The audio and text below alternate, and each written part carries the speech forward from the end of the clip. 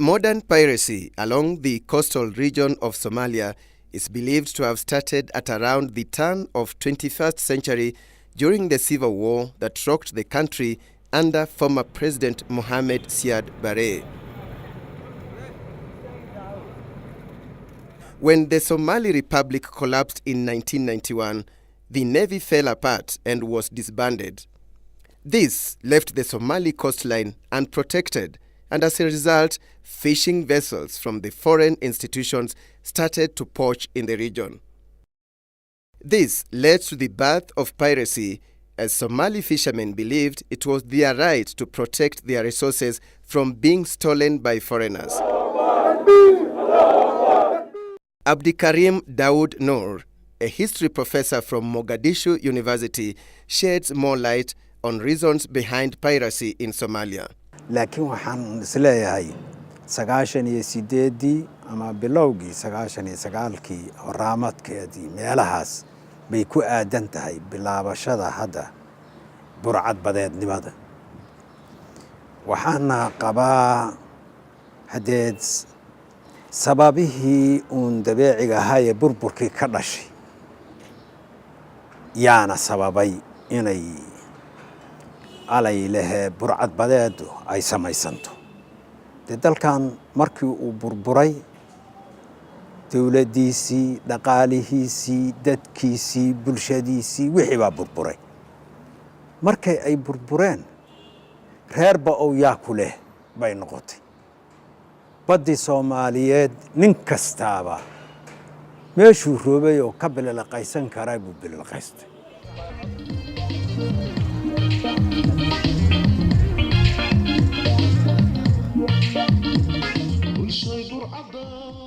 Officials of the Somali federal government have repeatedly complained about illegal fishing activity and dumping of toxic waste in Somali waters. Indeed, a United Nations Environment Programme report in 2005 said that there was illegal dumping of toxic waste in Somali waters by international companies that were taking advantage of lack of political security and enforcement of environmental security laws. However, while the pirates were protecting the source of their livelihood, the negative impact of their activities spiraled the world over. Piracy affects the freedom of shipping and the safety of shipping lanes that carry about 10% of world sea trade. It endangers the safety of seafarers, fishermen, and passengers, and the delivery of humanitarian aid. Experts say it also damages maritime industries such as ports, fisheries, and tourism, therefore hindering sustainable development. The International Maritime Organization estimates that there were 291 attacks against ships in the first 10 months of 2012 across East Africa, West Africa, and the Far East. However, current statistics indicate that there has been a sharp decline in pirate attacks in waters off the coast of Somalia in 2012 compared to 2011. The negative impact of piracy is felt through the criminal activities that are sustained by the ransom money collected by pirates.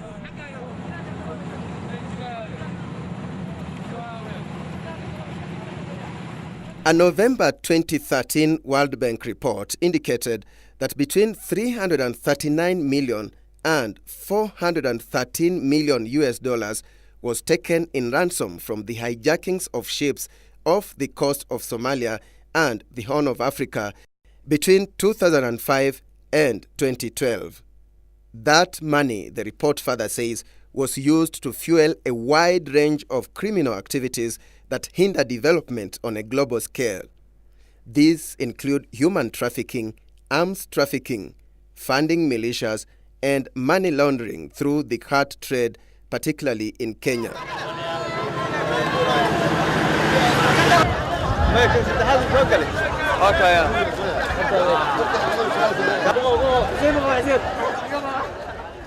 Although the international community has registered gains in the fight against piracy, the United Nations urges countries to continue cooperating with Somali authorities to curb the illicit activity.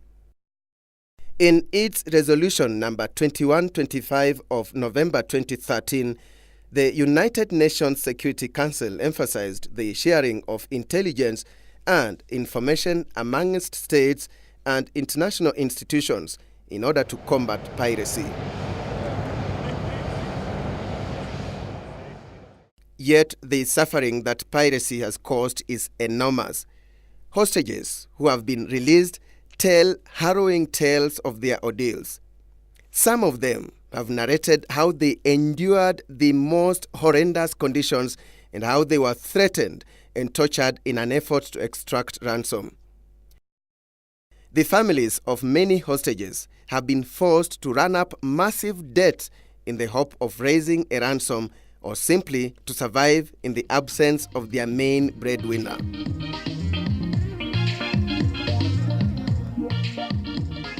Families whose members have been involved in piracy have harrowing experiences too.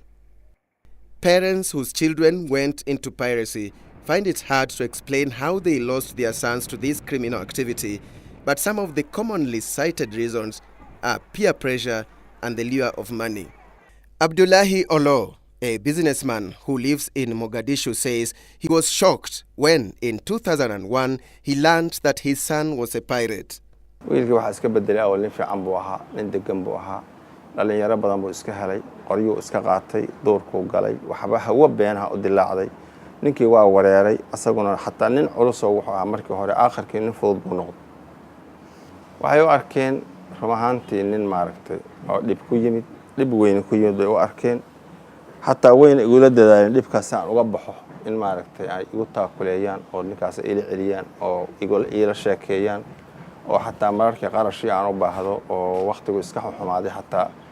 waxyaalaha ay aad u tixgelinayeen ninkaas inaan ka soo ceshay barcadba nin la jecel yahay uu ah ku sugan yahay hadda horta waan celceliyaa waxbaan baray iskool baan geeyey mar walba waa laaluushaa haddii aad in yar ka maqnaato waxaa laga yaabaa mid raggii ka mid ah inta helo u sheekeeyay inaad meeshiiba ka weydo laakiin hadda waa ii joogaa ilaahay ma hadda reer baan u dhisay asaga iyo gabadhii baan isku beelaa labadoodii oo qasab maalin walba lacag baad haga baxaysa. Olo says he took some steps to correct his son and rehabilitate him. marka saan u baryahay oo maslaxay oo laha aabo waxaan wax liita waay saan u laha oo hadba aan u tusayay inta asaga maartay asagoo qorxoon baa waxaan tusayay kuwa kale foolxo waxay saatan yaad noqonaysa haddaad iska deemaan. Mothers too have traumatizing experiences when it comes to dealing with their sons involved in piracy. Saadia Abdullahi Ali is one of the mothers whose life changed when her son went into piracy. Kaalkacayaan aadaa waa soo shaqaysanaa wiir waa naga tagay may 2000 wuxuu naga tagay iyo 4 kaalkacayo ku maqnaa soo ugu maqnaa waa la xiraan maqan Hargeysa ku xiray si fiican wallahi ninkaas uu naga qaban jiray ewel waa anaga burcadbadeedku moogeen hadda nin iska shaqaysanayo wax noo soo dirayaan ku ogeen isaga naftiisa halis gashay oo $2,000 aan dhiibno nala soo daay xabsiga markuu ka soo baxay hadana wuxuu yiri Muqdisho jooga waxaan baranaa iskuul la geey iskoolka markii la geeyay hadana 2 bilood markuu joogo meeshiisa uu ku noqday wallahi ma aqaan kulay waa uu la duufsaday wiilka waa uu wiil iska amar ilaahay wixii meeshii malagaaga ku qoran yahay qatar waa moogta baddu ku dhintaa hadana naloo soo sheegay dooniyuu raacay isaga iyo nimankii la socday badda lagu dilay aan naloo soo sheegay hadii 2007 meelaas. Saadia is a mother of 7 children. She also takes care of 4 orphans left by her late sister. She says when her son went into piracy, family members and neighbors were shocked. والله كله وحنا وأركان وحفي عننا سهل نول بنوا أوجي ما قرن وحبضنا إليه ويلك ما كسو قبت إذا هدين قاتن وإلهي وقادني حقين جيا. Farah Abdullahi Hassan is a former pirate. The father of 5 says he was lured into the dreaded activity due to joblessness.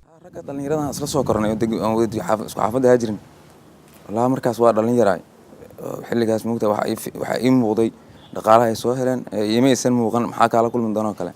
macna fikirkaas oo dhalinyarada keenan oo aan hore aan ka qaatay laakiin ilaahay baadi xilli dambe ani aqliga markii uu taam noqday inaan dib iska dhaaf shiishalis markab ay leedahay ciidamo ay wataan hal sano iyo 4 bilood xabsi dalaq taas mid la sheekay karamaan xilligan waa nolol xunaa galnay nolol mugdi markaa galnay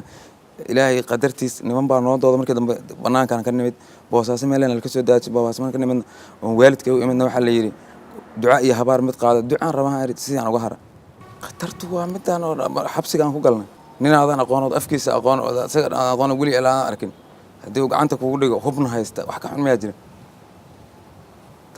taas ay ugu daraadan waa kan naxeen marka ilaahay anigu aan imid 47 cish camal aan la joogay adoog waa dhintay hooyo hal sano ka dambeysay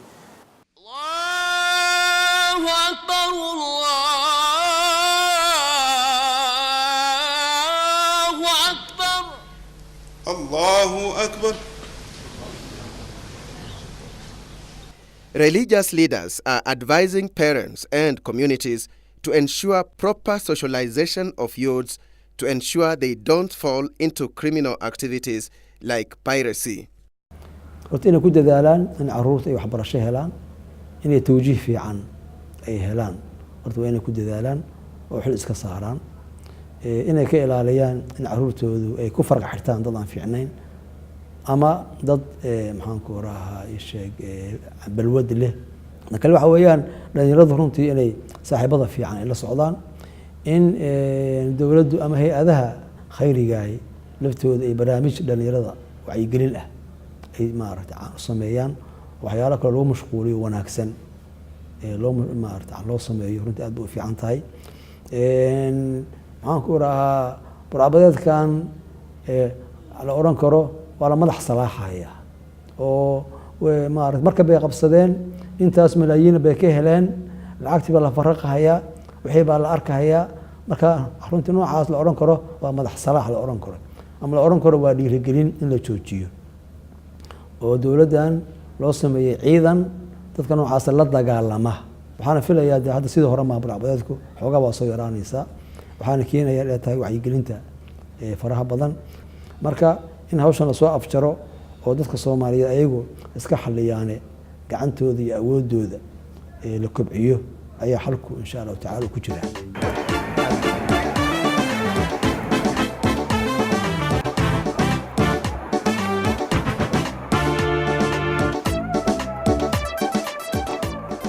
shaqaan aada waa ka imaada waa nolol fiican hadda ku jira ilaahay waa noogu kaalmay waxaan kula dardaarmayaa horta ilmaha lagama daalo dadku waxay barteen markii ayaan maaragtay celceliyaan oo 2 jeer soo celiyaan in ilmaha ka daalaan ilmaha in laga daala ma ilmaheedu haddii ka daali waayaan oo ka cishadaan oo quraan saaraan oo wax akhriyaan barcadeed waa uga baxayaan laakiin haddii in yar ay inta maalmo fiiriyaan ama mar la waco hal mar loo yeero